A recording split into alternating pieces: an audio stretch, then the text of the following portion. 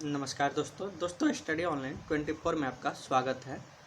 तो दोस्तों अगर अभी तक आपने चैनल को सब्सक्राइब नहीं किया है तो सब्सक्राइब कर लीजिए ताकि वीडियो का नोटिफिकेशन आपको मिलता रहेगा। तो दोस्तों हम लोग जो टेस्ट सीरीज शुरू किए थे उसको आइए देखते हैं उसका पार्ट 3। तो दोस्तों पहला क्वेश्चन हमारा है, किसके प्रशासन के तहत भारतीय पुरातत्व सर्वेक्षण का कार्य शुरू हुआ, यानी किसके प्रशासन के तहत भारतीय पुरातत्व सर्वेक्षण का कार्य शुरू किया गया। तो दोस्तों यहाँ 4 ऑप्शन दिए गए हैं, वारेन हेस्टिंग्स, कर्जन, कैनिंग और रिपन। तो दोस्तों इसका जो राइट आंसर होगा क्या होगा, तो कर्जन होगा, यानी कर्जन के समय में दोस्तों भारतीय पुरातत्व सर्वेक्षण विभाग का गठन किया गया। तो ये दोस्तों काफ़ी इम्पोर्टेंट सवाल है और ये आपके एग्जाम में आ भी सकता है कि किस प्रशासन के तहत भारतीय पुरातत्व सर्वेक्षण विभाग का गठन किया गया। तो दोस्तों कर्जन के समय में। नेक्स्ट क्वेश्चन है हमारा, भारत का पहला अंतर्राष्ट्रीय महिला व्यापार केंद्र कहाँ स्थापित किया जाएगा। तो दोस्तों ये करंट का क्वेश्चन है कि भारत का पहला अंतर्राष्ट्रीय महिला व्यापार केंद्र कहाँ स्थापित किया जाएगा। तो इसके 4 ऑप्शन दिए गए हैं, मध्य प्रदेश, तमिलनाडु, केरल और उड़ीसा। तो दोस्तों इसका राइट आंसर क्या होगा, तो एक बार और क्वेश्चन देख लीजिए, भारत का पहला महिला व्यापार केंद्र यानी अंतर्राष्ट्रीय महिला व्यापार केंद्र कहाँ स्थापित होगा। तो इसका जो राइट आंसर होगा दोस्तों केरल होगा। तो आप इसको ध्यान में रखेंगे कि पहला अंतर्राष्ट्रीय महिला व्यापार केंद्र कहाँ स्थापित किया गया है, तो केरल में। नेक्स्ट क्वेश्चन देखते हैं, ये भी दोस्तों करंट से ही है, हाल ही में प्रतीक्षा नामक समुद्री एम्बुलेंस किस राज्य में लॉन्च किया गया। तो दोस्तों ये भी काफ़ी इंपॉर्टेंट है कि प्रतीक्षा नामक जो समुद्री एम्बुलेंस है किस राज्य में लॉन्च किया गया है। तो यहाँ भी 4 ऑप्शन है, उत्तराखंड, केरल, नेक्स्ट ऑप्शन है पश्चिम बंगाल और आंध्र प्रदेश। तो दोस्तों इसका भी राइट आंसर केरल ही होगा, यानी प्रतीक्षा नामक जो समुद्री एम्बुलेंस लॉन्च किया गया है, प्रतीक्षा नामक केरल सरकार के द्वारा लॉन्च किया गया है। नेक्स्ट थर्ड नंबर देखते हैं। थर्ड नंबर दोस्तों काफ़ी इंपॉर्टेंट सवाल है और ये हिस्ट्री से लिया गया है। तो ऐसे सवाल आपके एग्जाम में बनने की उम्मीद काफ़ी ज़्यादा रहती है। तो दोस्तों रॉलेट एक्ट अधिनियम जो सरकार को अनिश्चित काल के लिए बिना परीक्षण के लोगों को हिरासत करने के लिए अधिकृत करता है। तो दोस्तों रॉलेट एक्ट अधिनियम जो था 1919 में आया था और इसको दोस्तों हम लोग काला कानून भी कहते हैं। और इसी के विरोध में दोस्तों 13 अप्रैल 1919 को जलियांवाला बाग हत्याकांड हुआ था। तो ये चीज़ भी आपको ध्यान में रखना है। तो इससे आपको 2 प्रश्न मिल गए कि रॉलेट एक्ट अधिनियम कब आया, तो 1919 में, जिसे काला कानून कहा जाता है, और जलियांवाला हत्याकांड भी दोस्तों इसी के विरोध में हुआ था। तो जिसमें ये सब हत्याकांड हुआ था, तो जलियांवाला बाग हत्याकांड 13 अप्रैल 1919 को हुआ था। ये चीज़ भी आपको ध्यान में रखनी है। तो दोस्तों रॉलेट एक्ट अधिनियम जो आया था उस समय भारत का वायसराय कौन था। तो दोस्तों यहाँ 4 ऑप्शन दिए गए हैं, lord Chelmsford, lord Irwin, lord Hardinge और लॉर्ड रीडिंग। तो दोस्तों इसका राइट आंसर क्या होगा, तो राइट आंसर होगा दोस्तों चेम्सफोर्ड। कौन थे, चेम्सफोर्ड इसके वायसराय थे।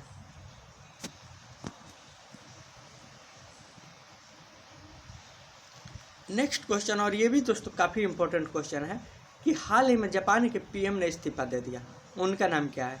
तो दोस्तों ये प्रश्न काफ़ी चर्चा में रहा कि हाल ही में जापान के जो पीएम थे इस्तीफा दे दिए, तो उनका नाम क्या था। तो दोस्तों यहाँ ऑप्शन दिए गए हैं, जिन कोटेक्स, कुबाटबे बोर्नोव, शिंजो आबे और हामिद बाकियोको। तो दोस्तों यहाँ 4 ऑप्शन जो दिए गए हैं कि जापान के पीएम का नाम क्या था। तो दोस्तों इसका राइट आंसर क्या होगा, तो दोस्तों इसका राइट आंसर होगा शिंजो आबे। क्या होगा, शिंजो आबे। शिंजो आबे दोस्तों जापान के पीएम थे जो अभी हाल ही में इस्तीफा दिए हैं। तो ये चीज़ आपको ध्यान में रखना है। नेक्स्ट क्वेश्चन दोस्तों साइंस से लिया गया है और ये दोस्तों क्वेश्चन भी काफ़ी इंपॉर्टेंट है और आपके एग्जाम में कई बार दिख भी गया है। तो दोस्तों क्वेश्चन हमारा है, रक्त लाल दिखाई देने का कारण क्या है, यानी रक्त जो है लाल दिखाई देता है, क्यों दिखाई देता है, तो इसके कारण क्या है। तो ऑप्शन दिया गया है दोस्तों प्लाज्मा, हीमोग्लोबिन, आयरन और इनमें से कोई नहीं। तो दोस्तों इसका राइट आंसर क्या होगा, तो यहाँ बहुत सारे दोस्त क्या होते हैं कि आयरन में कंफ्यूज हो जाते हैं कि रक्त जो है लाल दिखता है आयरन के कारण, लेकिन दोस्तों इसका राइट आंसर होगा हीमोग्लोबिन। तो आपको कंफ्यूज नहीं होना है कि रक्त जो लाल दिखाई देता है किसके कारण दिखाई देता है, तो हीमोग्लोबिन के कारण दिखाई देता है। नेक्स्ट क्वेश्चन हमारा है,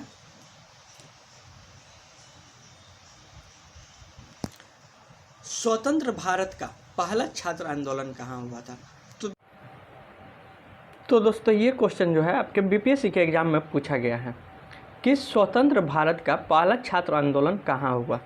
तो दोस्तों ये काफ़ी इम्पोर्टेंट क्वेश्चन है कि स्वतंत्र भारत का पहला छात्र आंदोलन कहाँ हुआ। तो ये क्वेश्चन दोस्तों आपके बीपीएससी में पूछा गया है, इसलिए उसी पैटर्न पे इसको लिया गया है। तो दोस्तों यहाँ इसका राइट आंसर क्या होगा, तो यहाँ 4 ऑप्शन दिए गए हैं, दिल्ली, पटना, इलाहाबाद, अलीगढ़। तो दोस्तों इसका राइट आंसर जो होगा आपका पटना होगा। क्या होगा? पटना होगा।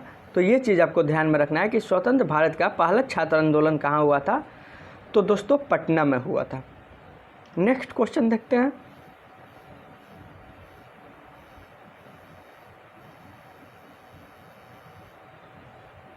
बिहार में आदि मानव के निवास के आरंभिक साक्ष्य कहाँ मिलते हैं? यानी बिहार में आदि मानव के निवास के आरंभिक साक्ष्य कहाँ से प्राप्त हुए हैं? तो दोस्तों ये भी क्वेश्चन आपके बीपीएससी में आया हुआ है कि बिहार में आदि मानव के निवास के आरंभिक साक्ष्य कहाँ से मिलते हैं। तो ऑप्शन दिया गया है चंपारण और मुजफ्फरपुर से, बी में दिया गया है मुंगेर और नालंदा से, सी में दिया गया है गया और डेहरी से, और डी में दिया गया है इनमें से कोई नहीं। तो दोस्तों इसका राइट आंसर क्या होगा? तो दोस्तों इसका राइट आंसर होगा मुंगेर और नालंदा से आदि मानव के निवास के साक्ष्य मिलते हैं। नेक्स्ट क्वेश्चन देखते हैं, ये क्वेश्चन दोस्तों थोड़ा लंबा है तो इसको आगे पीछे करके देख लिया जाएगा।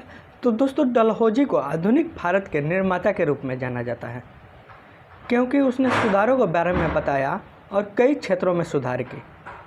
निम्नलिखित में से कौन सा सुधार डलहौजी की योजनाओं में नहीं था? तो दोस्तों ये चीज़ काफ़ी इम्पोर्टेंट क्वेश्चन है, तो ये आपको चाहे तो आप नोट डाउन कर सकते हैं कि डलहौजी को जो है आधुनिक भारत का निर्माता कहा जाता है और उसने भारत में कई काम किए। तो उसके सुधार योजनाओं में इनमें से जो ऑप्शन दिया गया है कौन नहीं था? तो दोस्तों पहला ऑप्शन दिया गया है शैक्षिक सुधार, दूसरा में दिया गया है रेलवे का निर्माण, टेलीग्राफ और डाक सेवाओं का परिचय, तीसरा में दिया गया है एक सार्वजनिक कार्य विभाग की स्थापना, और चौथा दिया गया है भारतीय श्रम की स्थिति में सुधार करने के लिए कारखाना अधिनियम। तो दोस्तों ये चारों ऑप्शन जो दिया गया है आप इसको अच्छे से समझ लें और फिर क्वेश्चन क्या कर रहा है ये सारे भी आप अच्छे से समझ लें। तो इसका जो राइट आंसर होगा दोस्तों क्या होगा? डी होगा। तो ये आपका डी होगा। तो डी में क्या है? भारतीय श्रम की स्थिति में सुधार करने के लिए कारखाना अधिनियम जो है डलहौजी की योजनाओं में नहीं था, बाकी ये सारे सब थे। तो दोस्तों ये क्वेश्चन काफ़ी इंपॉर्टेंट है, आप चाहे तो इसको नोट डाउन कर सकते हैं। नेक्स्ट क्वेश्चन हमारा है, ये काफ़ी इंपॉर्टेंट क्वेश्चन है दोस्तों कि श्रीरंगपट्टम की संधि टीपू सुल्तान और निम्न में किसके मध्य हुई? तो दोस्तों टीपू सुल्तान और किसके बीच हुई? तो श्रीरंगपट्टम की संधि जो होती है दोस्तों कब हुई? तो दोस्तों 1792 में हुई थी और ये टीपू सुल्तान और कॉर्नवालिस के बीच हुई थी। तो ये दोस्तों काफ़ी इंपॉर्टेंट सवाल है। तो इसके बारे में कुछ विशेष है कि टीपू सुल्तान के साथ जो श्रीरंगपट्टम की संधि हुई, इस संधि के बाद तृतीय आंग्ल मैसूर युद्ध समाप्त हो गया। तो श्रीरंगपट्टम की संधि के दौरान दोस्तों तृतीय आंग्ल मैसूर युद्ध जो होता है समाप्त हो जाता है और ये संधि जो होती है दोस्तों कॉर्नवालिस रहता है अंग्रेज़ों की तरफ से और टीपू सुल्तान रहता है और हैदराबाद के निज़ाम, इन तीनों का हस्ताक्षर होता है। तो ये चीज़ आपको ध्यान में रखना है। ये क्वेश्चन अगर बन सकता है कि श्रीरंगपट्टम की संधि पर किसके किसके हस्ताक्षर हैं, तो दोस्तों टीपू सुल्तान के हैं, हैदराबाद के निज़ाम के हैं और अंग्रेज़ों की तरफ से कॉर्नवालिस के हैं। तो ये चीज़ आपको ध्यान में रखना है। नेक्स्ट क्वेश्चन और हमारा काफ़ी इम्पोर्टेंट क्वेश्चन है दोस्तों, ये भी बिहार से ही है। बिहार के राजगीर परगना के कौन से स्थानीय नेता ने 1857 के आंदोलन में स्वयं को राजा घोषित किया? तो दोस्तों ये काफ़ी इम्पोर्टेंट सवाल है कि बिहार के राजगीर परगना यानी राजगीर जो है वर्तमान में राजगीर नालंदा वाला एरिया जो पड़ता है, तो राजगीर परगना के कौन से स्थानीय नेता ने 1857 के आंदोलन में स्वयं को राजा घोषित किया? तो दोस्तों कुशल सिंह, हैदर अली खान, वीर कुंवर सिंह और पीताम्बर शाही, यहाँ 4 ऑप्शन दिए गए हैं। तो दोस्तों हैदर अली जो थे, हैदर अली खान, इन्होंने दोस्तों राजगीर के परगना के स्थानीय नेता थे और स्वयं को राजा घोषित किया। तो ये चीज़ आपको ध्यान में रखना है कि इसका राइट आंसर क्या होगा, हैदर अली खान राजगीर परगना के स्थानीय नेता थे तथा स्वयं को राजा घोषित किया। और वीर कुंवर सिंह दोस्तों आरा के थे और ये आरा का शेर भी इन्हें कहा जा सकता है। तो दोस्तों ये चीज़ आपको ध्यान में रखना है।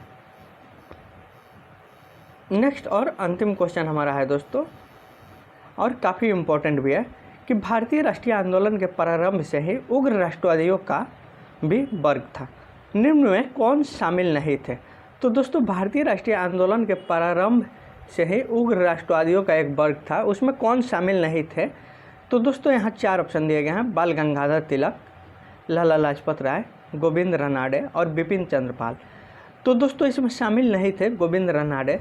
तो दोस्तों आपको याद करने का एक ट्रिक होता है लाल बल पाल, यानी लाला लाजपत राय, बाल गंगाधर तिलक और बिपिन चंद्र पाल, ये तीनों उग्र राष्ट्रवादी नेता थे, यानी गर्म दल के नेता थे, जबकि गोविंद रानडे इन सबसे अलग थे। तो ये चीज़ आपको ध्यान में रखना है।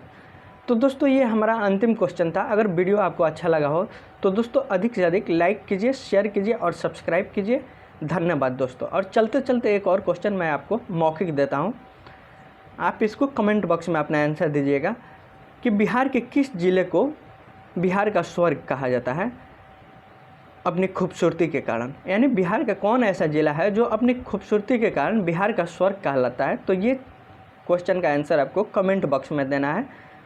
तो दोस्तों धन्यवाद दोस्तों।